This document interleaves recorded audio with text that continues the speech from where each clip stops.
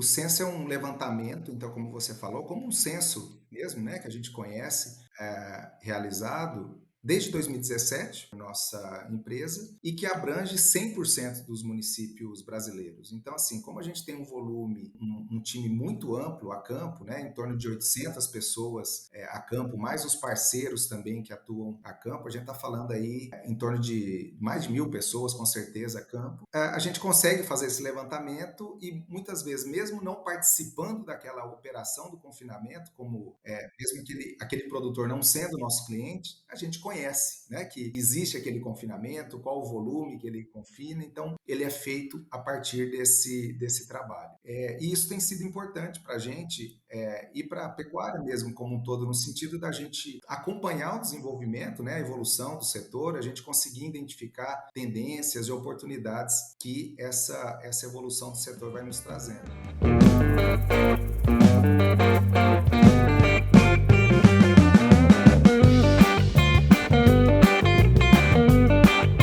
Fala turma, meu nome é Bruno Emanuel Barreto, sou host do Mais Rumen Podcast e antes de começar o episódio eu queria te pedir um favorzinho. O pessoal da produção veio me contar que analisando as métricas do canal, eles viram que aproximadamente 82% de vocês que assistem nossos episódios com frequência não são inscritos no canal aqui do YouTube. E quando vocês se inscrevem, isso ajuda demais o canal, isso ajuda mais do que vocês imaginam, porque quanto mais popular o programa ficar, mais importante e mais interessante serão os nossos convidados e, consequentemente, os episódios também.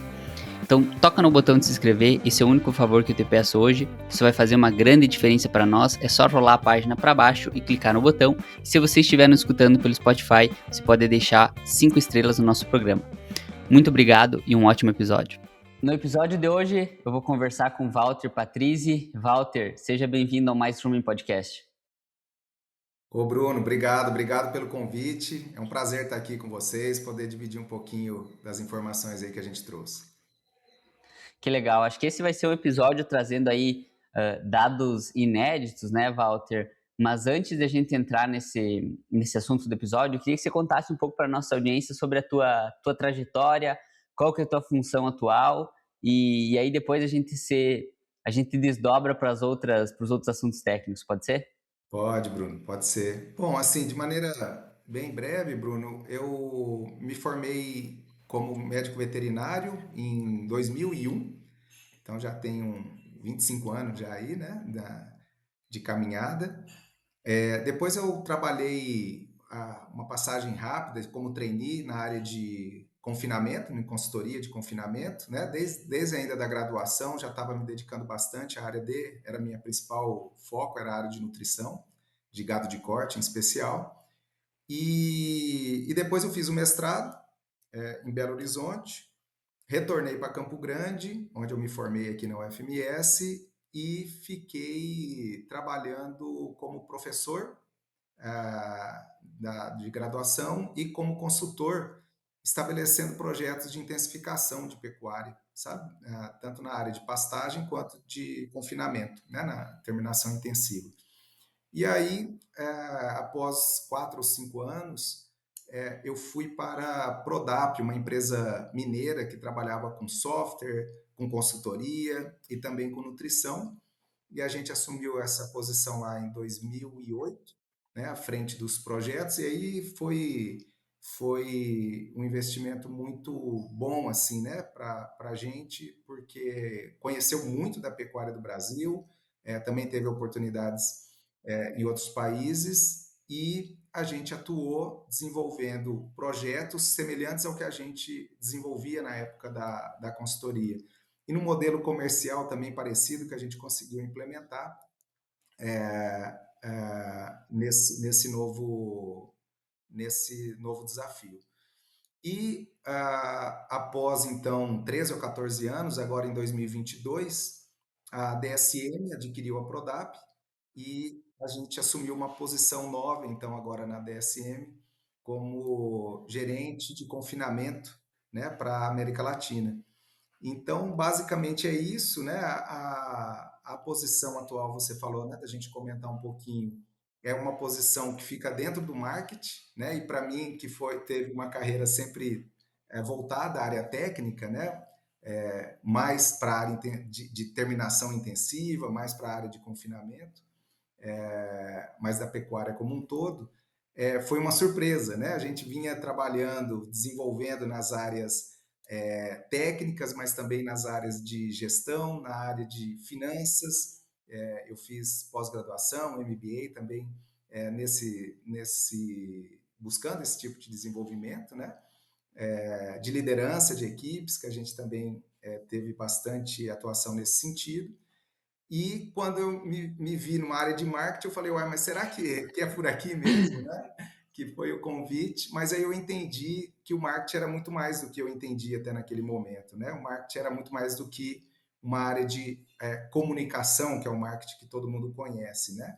E sim, ele abrange, nas grandes empresas, pelo menos, a estruturação do marketing, como é aqui na DSM Tortuga, ele é a área em que a gente constrói toda a estratégia, né, do negócio, no caso meu, do confinamento, né? A gente constrói esse planejamento, a gente constrói também a comunicação para os clientes e a capacitação das pessoas, né? Então, assim, é uma área bem mais ampla aí do que eu imaginava até então, sabe, Bruno? Acho que basicamente é isso aí a história.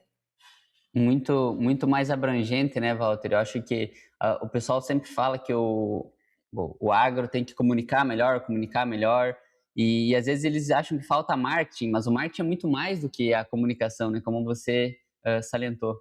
E talvez é isso, que no passado, talvez, vamos falar, o marketing trabalhava de maneira mais isolada com os profissionais da comunicação e não tinha tanta integração de multidisciplinaridade mesmo, eu digo, com a gente que trabalha na área, que conhece o mercado, que conhece as pessoas, né? E a comunicação, ela fica muito mais fluida quando você conhece com quem que você está falando, você tem a conexão com o seu público, né? Então, grande parte é isso também nosso desafio, de junto com os profissionais de comunicação fazer uma comunicação adequada e não só uma comunicação, mas um produto adequado, uma inovação adequada também, né? Com essa integrando todas as áreas da empresa, com cada um com a sua especialidade, mas a gente sendo elo de ligação e de atuação aí nesse sentido. O Mais Rumen Podcast só é possível através do apoio de empresas inovadoras e que apoiam a educação continuada na bovinocultura brasileira. Tortuga, há 70 anos liderando o avanço no campo. Rumenzinho, tradição que gera confiança. Ilana, agilidade e precisão na análise de alimentos, com opções de resultados em tempo real. Novonesis, transformando o mundo através da biologia. Zimprova, inovação que gera resultados. Adiceu, produtora do Smart Amine M, a referência global em metionina protegida para ruminantes há mais de 30 anos. Muito bacana. E Walter, para a gente entrar no tópico técnico aqui do episódio, basicamente o que a gente vai falar é de um dado computado por vocês, é um dado que sumariza aí os principais indicadores dos confinamentos brasileiros no ano de 2025. Mas antes de a gente entrar de fato nesse censo que vocês chamam, o que a gente pode falar e o que seria importante falar sobre o histórico do confinamento no Brasil? Assim, a sua visão, a visão do Walter, como que foi as etapas, essa linha do tempo do confinamento aqui no Brasil? Ah, legal, legal. Assim, só introduzindo a questão do censo, né, para todo mundo saber do que a gente vai entrar aí, o censo é um levantamento, então, como você falou, como um censo mesmo, né, que a gente conhece, realizado desde 2017 por nossa empresa e que abrange 100% dos municípios brasileiros. Então, assim, como a gente tem um volume, um time muito amplo a campo, né, em torno de 800 pessoas a campo, mais os parceiros também que atuam a campo, a gente está falando aí em torno de mais de 1.000 pessoas, com certeza, a campo, que a gente consegue fazer esse levantamento e muitas vezes, mesmo não participando daquela operação do confinamento, como mesmo aquele produtor não sendo nosso cliente, a gente conhece, né, que existe aquele confinamento, qual o volume que ele confina, então ele é feito a partir desse trabalho. E isso tem sido importante para a gente e para a pecuária mesmo como um todo, no sentido da gente acompanhar o desenvolvimento, né, a evolução do setor, a gente conseguir identificar tendências e oportunidades que essa evolução do setor vai nos trazendo. Mas, enfim, esse é o censo. Falando um pouquinho da pecuária, né, em si, como ela se desenvolveu, acho que é claro para todo mundo que a pecuária do Brasil sempre foi uma pecuária de produtividade baixa, lá até os anos 90, né? Baixa por ser uma produção exclusivamente a pasto, podemos colocar assim. Claro que existia algumas ilhas, né, de intensificação, com ciclos longos, baixa produtividade do pasto, baixa produtividade do animal, né? E assim se caminhou a pecuária num sentido muito mais, digamos, extrativista do que propriamente empresarial. Mas, enfim, especialmente ali de 94, com o início da estabilização da moeda, o mercado passou a ter mais previsibilidade, né? O produtor rural também começou a ter mais previsibilidade, o mercado financeiro passou a ter mais previsibilidade e começou a ter crédito no mercado. Então, a partir do momento que o dinheiro começa a chegar no agro, a gente começa a ver uma grande evolução, não só da pecuária, mas também da agricultura, né? E aí se unem as histórias da agricultura e do confinamento, sabe, Bruno? Porque é nesse momento que a agricultura começa a crescer de maneira muito intensiva, principalmente ali no início dos anos 2000, a pecuária começa a se intensificar, muitas vezes por resultado do avanço da agricultura, sabe? Então, acontece esse encaminhamento. Para você ter uma ideia, a agricultura ali início dos anos 2000, de 40 milhões de hectares plantados para hoje acima de 80 milhões de hectares plantados. Então a gente mais que dobrou a área de agricultura. E o que acontece, né? A agricultura, quando foi expandindo, ela não abriu novas áreas, ela foi ocupando áreas de pecuária, né? E as melhores áreas de pecuária, especialmente no Brasil Central, eram áreas dedicadas à recria e engorda, né? As vacas normalmente alocadas em áreas de menor produtividade. Então, foi diminuindo o espaço para fazer a recria e engorda. Ao mesmo tempo, o grão chegou junto com a agricultura, a infraestrutura chegou junto com a agricultura e tudo foi encaminhando, então, para a intensificação. E um comportamento muito interessante também, que eu acho que cultural, que foi fundamental para o desenvolvimento, que a gente vem observando até o momento, e a pecuária a agricultura foi avançando nas áreas de pecuária, de recria e engorda, como eu vinha falando, e o produtor tinha um componente cultural, até hoje tem esse componente cultural muito claro. Bom, eu vou pôr agricultura aqui dentro da fazenda, mas eu não vou diminuir o meu número de cabeças. Geralmente, o produtor tem esse componente, é muito comum da gente ver isso quando a agricultura entra em parte da fazenda. E ele conseguiu isso em geral. Tanto que a gente tem um avanço muito grande da agricultura em áreas de pecuária e a gente não tem redução do rebanho pecuário do Brasil ao longo das últimas décadas, né? Então foi isso que aconteceu, porque a pecuária passou a se intensificar a partir desse momento. Então essa eu vejo que assim, grande parte é a história que aconteceu, a evolução do confinamento, que começa a crescer ali a partir dos anos 2000 e a gente tem esse mapeamento do censo desde 2017 até chegar agora no fechamento que a gente teve em 2025. O campo avançou muito, mas tem um detalhe que permanece o mesmo. A Tortuga sempre esteve lá.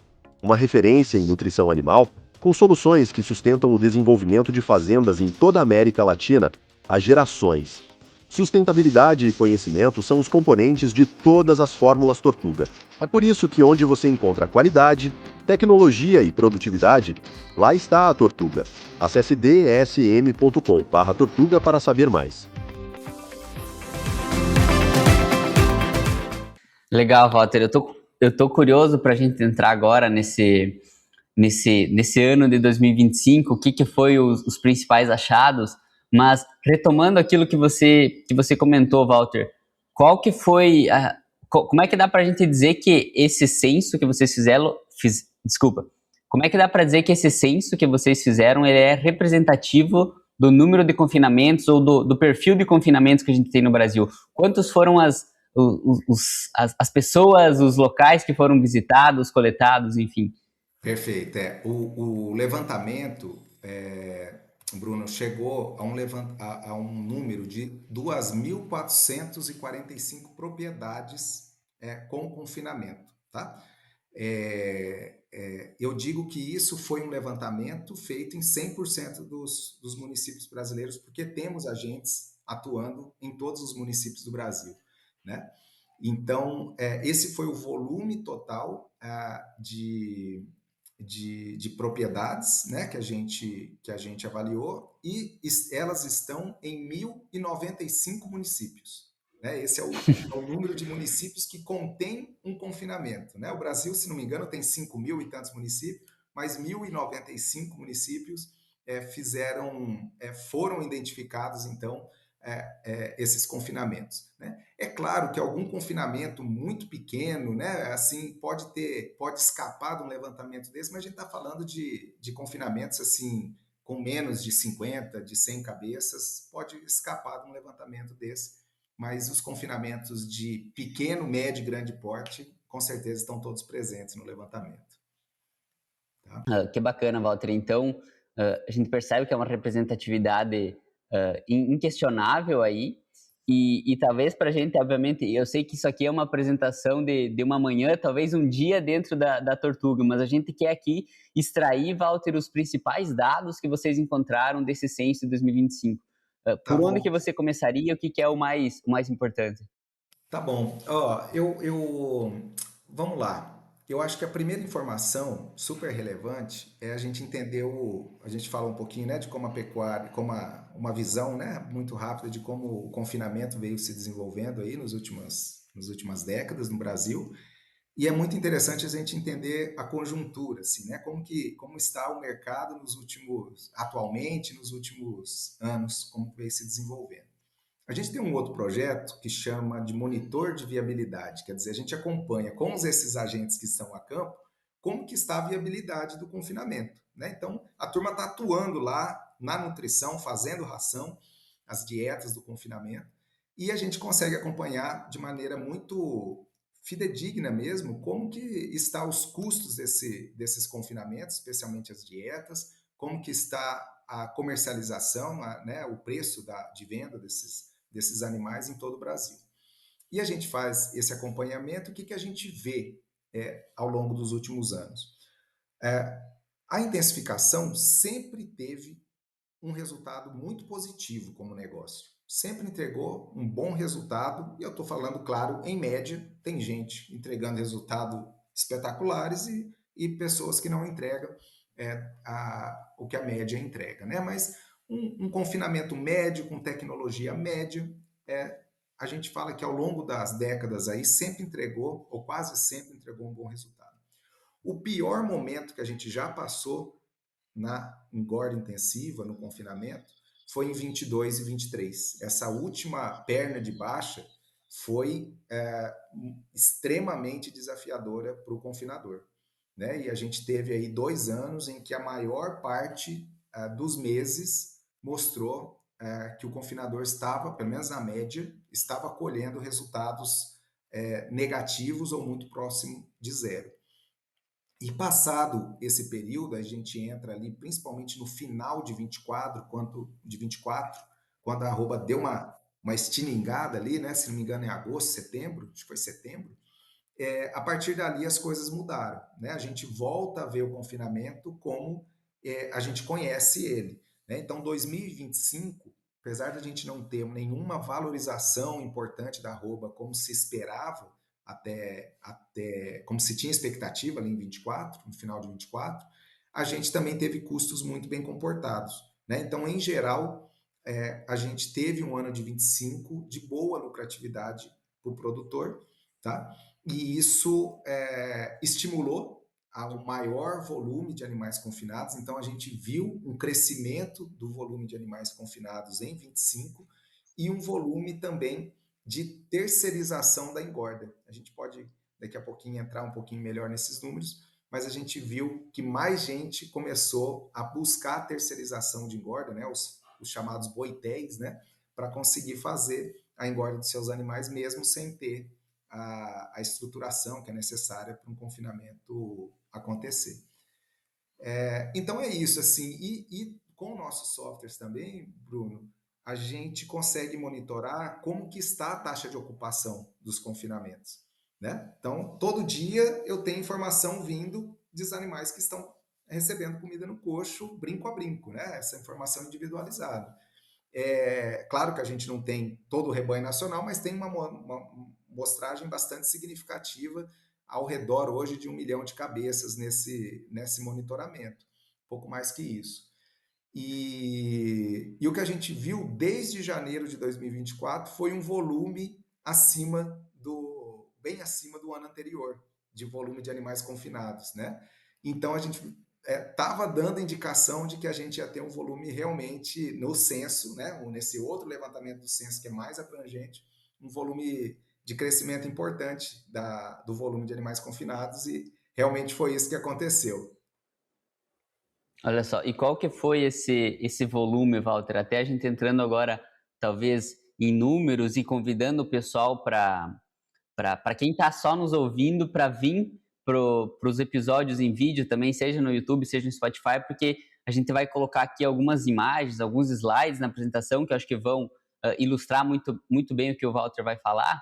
Mas, Walter, desde o número de animais que foram confinados, para talvez a gente até entrar em qual que foi a região que mais cresceu, vamos assentar o pessoal e trazer esses números aqui na jogada também.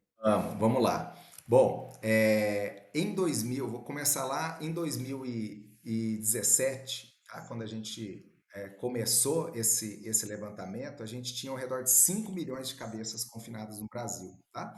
Existia um levantamento já realizado anteriormente, da Anualpec, que mostrava lá em 2007 em torno de 2 milhões e meio de cabeças. Então, assim, de 2007 a 2017, a gente dobrou o número de cabeças confinadas.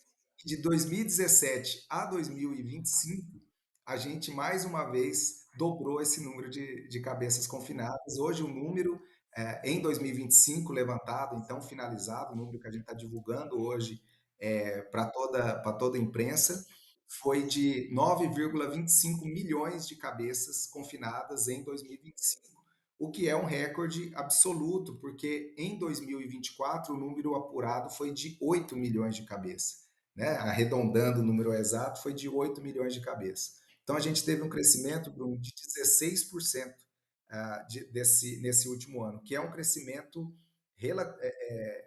substancialmente acima da média histórica que a gente teve nos anos anteriores, né? Então, eu contei essa história também de como a pecuária, o confinamento, como foi a viabilidade do confinamento nos últimos anos, que eu acho que justifica, né, ou embasa essa movimentação do mercado que a gente vê. Realmente os melhores resultados de 2024, final de 24, especialmente em 25, realmente trouxe o boi para dentro do confinamento e esse aumento relevante aí no número de animais confinados. E a intenção, Walter, era menor no Até começo do ano. sim, Bruno. Até então a expectativa era menor. A gente tinha uma expectativa, que na verdade não é expectativa, o termo correto é esse que você usou. É uma intenção, porque a gente faz um levantamento no início do ano de qual a intenção de confinamento. E ela chegava a um número ao redor de 8,5 milhões. E agora, quando a gente fecha o ano, né, dado como foi o desenrolar do ano, a gente realmente chegou num número maior do que o esperado. E aí, você estava falando quanto aos estados, né? Então, assim, o estado que tem o maior volume de animais confinados hoje disparado é o Mato Grosso, tá? Que tem 24% desse volume confinado, e é o estado que mais cresce também, tá? E a região centro-oeste, ela tem 49% de todos os animais confinados. Mato Grosso, Goiás, Mato Grosso do Sul, 49% dos animais confinados estão nessa região, que cresceu esse ano em torno de 21% o volume. Então, cresceu também acima da média e puxou esse número aí de animais confinados. Se a gente juntar esses estados da região centro-oeste com Minas e São Paulo, que também são importantes confinadores, a gente chega a 72% dos animais confinados do Brasil estão nesses 5 principais estados do país. Tá? Talvez um outro dado interessante é que todos os estados cresceram o volume de animais confinados em maior ou menor grau. A gente vê um crescimento, especialmente nesses estados onde a agricultura vem avançando, né? Então, o Mato Grosso continua crescendo forte, né? Mas outros estados de menor relevância no momento para o confinamento, ou pelo menos de menor volume confinado, vem crescendo de maneira forte por conta do avanço da agricultura. Aí a gente pode citar Tocantins, Maranhão, né, Piauí, são estados em que a gente vê um avanço importante também do confinamento, tá bom? Walter, só um comentário, né? Eu tava revendo os dados que tu me mandou do ano de 2024 e lá apresentava mesmo uma queda do Mato Grosso do Sul. Então, o Mato Grosso do Sul tinha tido uma queda no número de cabeças confinadas, e aí acho que era justamente dessa concorrência com a agricultura, essa questão da margem do produtor, né? Então, o Mato Grosso do Sul, a gente tem uma realidade um pouquinho diferente com essa média que eu falei da agricultura, entrando nas áreas de recria e engorda, né, e ajudando ao confinamento a crescer. No Mato Grosso do Sul, a gente viu um avanço muito grande, principalmente de floresta, em regiões de cria, em regiões de cria. Então, quando a floresta entra, né, ou a agricultura, seja ela qual for, o uso da terra na região de cria, aí normalmente a gente vai ter a eliminação desses animais, ou esses animais vão para outro lugar. Então, a gente viu no Mato Grosso do Sul uma redução em 24 desse volume de animais confinados por redução de vacas mesmo no rebanho, e não ocupação das áreas de recria e engorda, né? Então, foi uma situação um pouquinho diferente que a gente viu no estado, tá? Interessante. Outro ponto, assim, os estados que mais cresceram nesse ano agora de 2025, né? Nesse levantamento do ano de 25, foram Mato Grosso, disparado, o estado que mais cresceu. A gente teve um crescimento lá em torno de 500 mil cabeças a mais confinadas no Mato Grosso. Em segundo lugar vem Goiás, com 166 mil cabeças confinadas a mais, né? Então, realmente, Mato Grosso já é o estado mais confinador e crescendo com bastante velocidade ainda em relação aos demais. E o outro ponto muito interessante desse levantamento, Bruno, é qual os confinamentos que vem crescendo, né? Ou, em outras palavras, qual a representatividade de cada porte de confinamento. E o que a gente vê são os confinamentos maiores, crescendo cada vez mais, né? Os confinamentos menores vão mantendo ou reduzindo o seu volume e o confinamento maior crescendo. E isso, a explicação disso, ela o que vem acontecendo, a história tem que ser olhada com cuidado, esse número, porque num primeiro momento você pode entender que o confinamento grande dá lucro e o confinamento pequeno não dá lucro, e ele vem reduzindo por isso, né? E principalmente quando se põe a ideia de escala e tudo, né? Mas, na verdade, não é isso que a gente vem observando ao analisar mais profundamente os números, Bruno. Porque o que vem acontecendo é que os confinamentos pequenos vêm crescendo ano a ano. Então, o cara entra com um confinamento pequeno, colhe bons resultados e ele tem sempre o objetivo de crescer a escala e ele começa a crescer e vai se tornando, o pequeno vai se tornando médio, o médio vai se tornando grande. Então, esse é o movimento que a gente vê acontecer.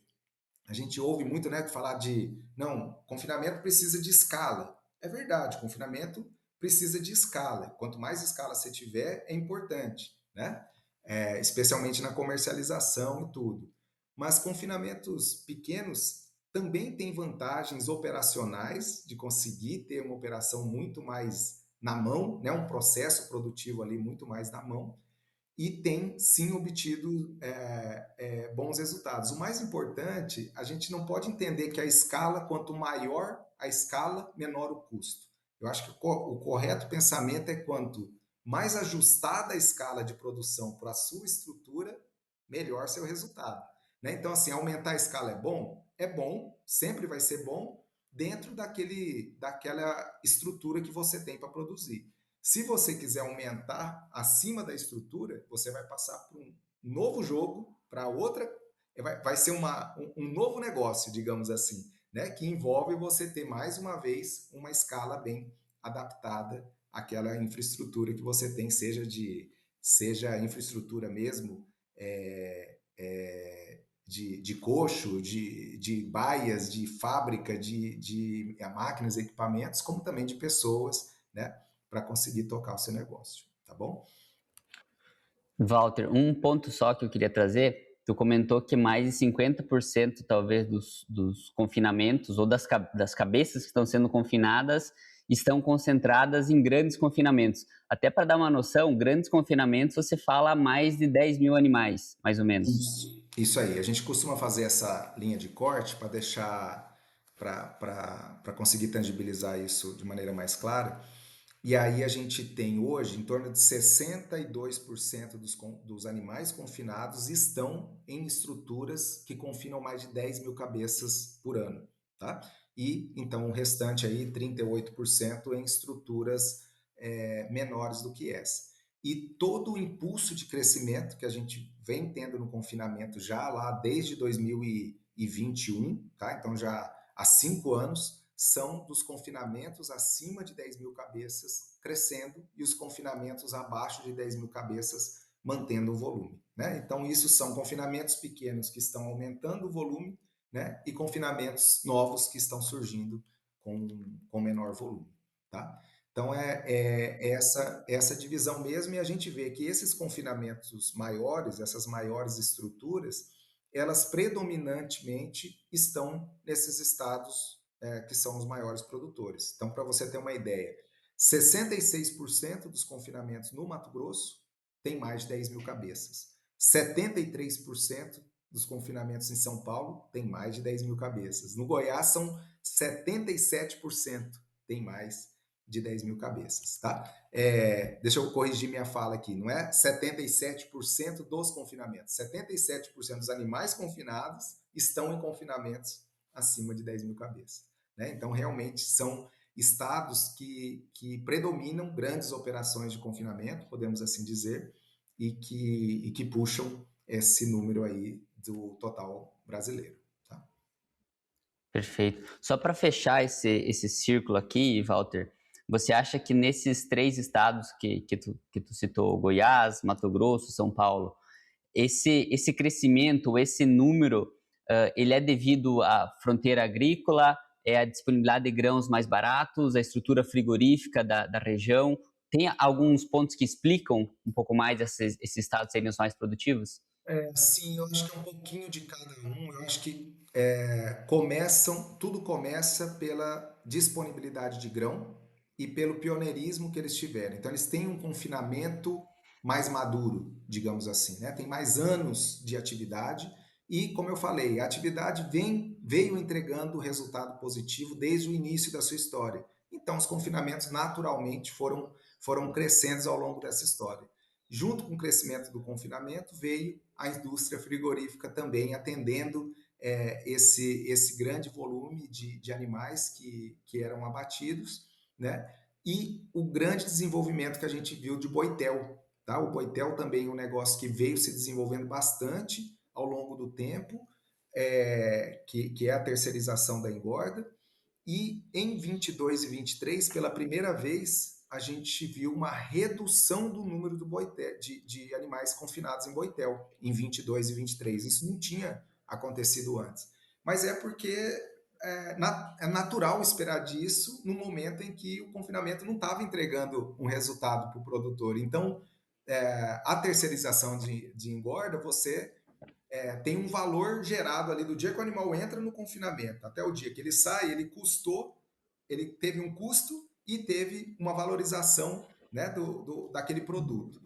Esse lucro na terceirização, de alguma forma, tem que ser dividido. Né? Quem produziu foi o animal. Mas se você tem uma pessoa que é dona da estrutura, da gestão, da rotina e outra dona do animal, né, digamos que seja esse o modelo, você tem uma divisão desse lucro. E quando não é lucro, é prejuízo, que a gente está apurando, e a expectativa tá, de não ter realmente o lucro, as pessoas, né, esses investidores, digamos, se retraem e procuram alguma alternativa que não seja a terceirização.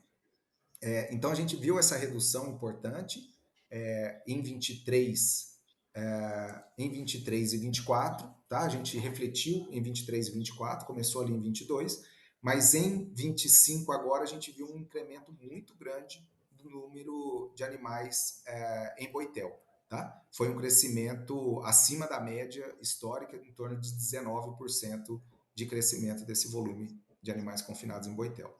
Tá? Então, esse é um ponto bem interessante aí que a gente colheu também no censo de confinamento.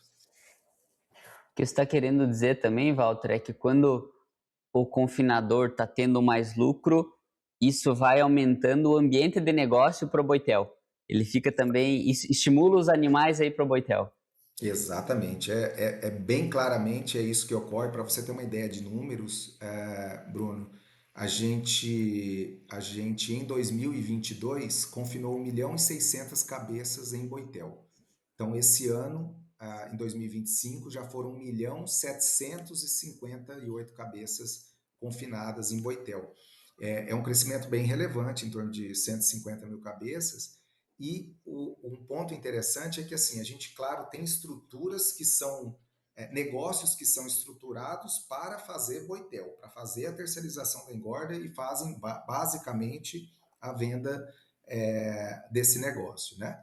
Agora, tem muito confinador que confina seus animais e tem momentos que ele consegue trazer mais algum parceiro para dentro daquela operação dele e confinar. E o confinador ali que tem uma boa reputação, que tem uma visão empresarial de querer aumentar ali também a sua escala, né, de produção, otimizar seus custos fixos, tudo, começam também a fazer esse tipo de negociação e que ajuda a região também a poder intensificar ainda mais e produzir mais carne aí para todo mundo. Muito bacana, Walter. A gente falou de número absoluto, a gente falou de top estados, agora a gente entrou na questão do Boitel. O que mais que tem de pontos importantes, chaves aí no censo? Eu acho que, por último, Bruno, um ponto legal que a gente também faz nesse levantamento é como que está a adoção dos clientes por consultoria autônoma, por software e por tecnologia em geral, né?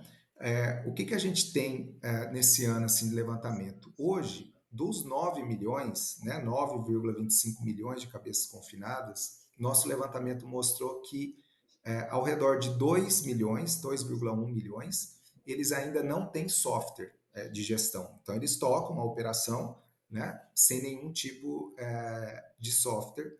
E eu diria que, predominantemente, os pequenos produtores, né, porque as operações aí médias e grandes, é muito raro a gente encontrar alguém que não use um software de gestão. Né? E quando a gente fala de software de gestão no confinamento, ele é um pouco diferente, muitas vezes, de um software de gestão de uma empresa ou mesmo de uma produção a pasto, porque ele não serve apenas para coletar os dados ocorridos, né? Eles vão falar o que foi minha receita, meus custos, não é somente isso. Ele controla muito da rotina mesmo do dia a dia, né? Qual a quantidade de ração que vai ser fornecida, o manejo mesmo dos animais, né? Do processo produtivo, passa a depender bastante do software. O software passa a ajudar bastante num processo mais bem estabelecido.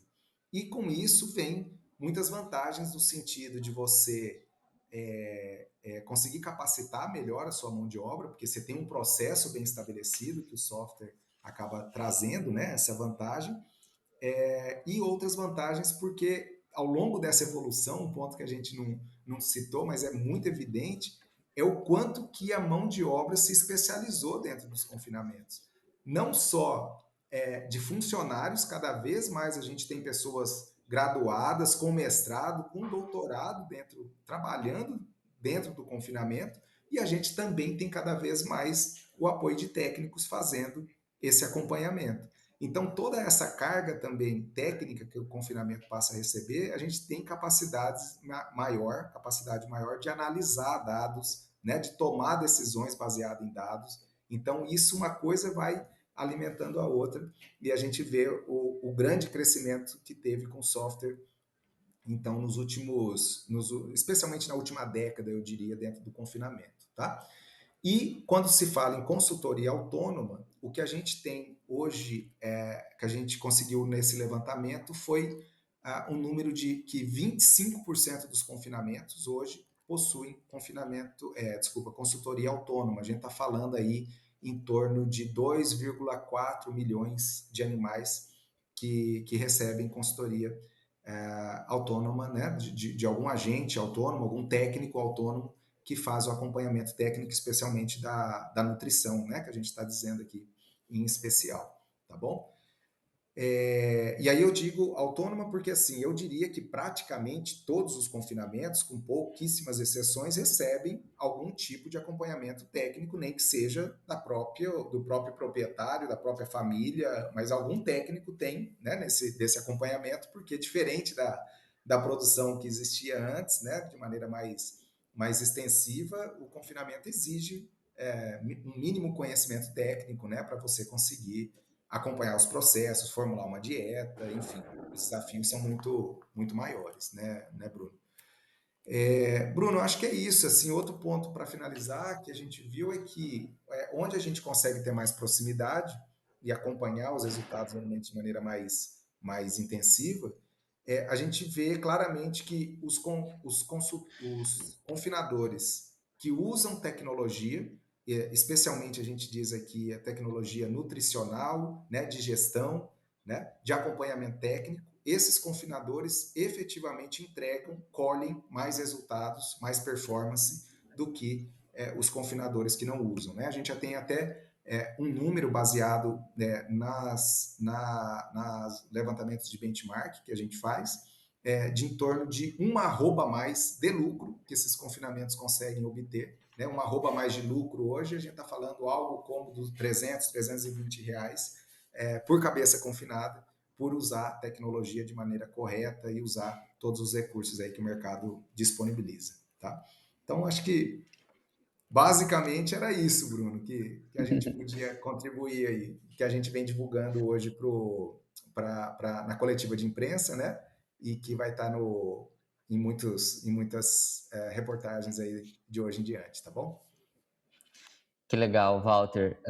Bom, a minha última pergunta era justamente essa que você falou, quando a gente olha para tanto a questão de software de gestão, quanto a questão de consultorias, enfim, consultorias individualizadas ou exclusivas para dentro do confinamento, e quanto isso impacta a linha final lá do confinamento. Mas, enfim, você respondeu muito bem, mas eu queria dar uma deixa para quem ficou curioso, para quem quer pesquisar mais sobre quais são os serviços que hoje a DSM Tortuga ela oferece, até para vocês explicarem, né, da onde que vem essa uma arroba a mais de lucro por cabeça, né, porque, enfim, eu acho que existe um trabalho de técnicos de campo, que você comentou, que estão cada vez mais presentes dentro dos confinamentos, mas existe uma iniciativa privada também que está cuidando, que está olhando com carinho para esses dados, visto o censo, né, Walter, que, assim, são dados importantes e que vocês se disponibilizaram a fazer e trazer para o mercado, como você está nos apresentando aqui, né?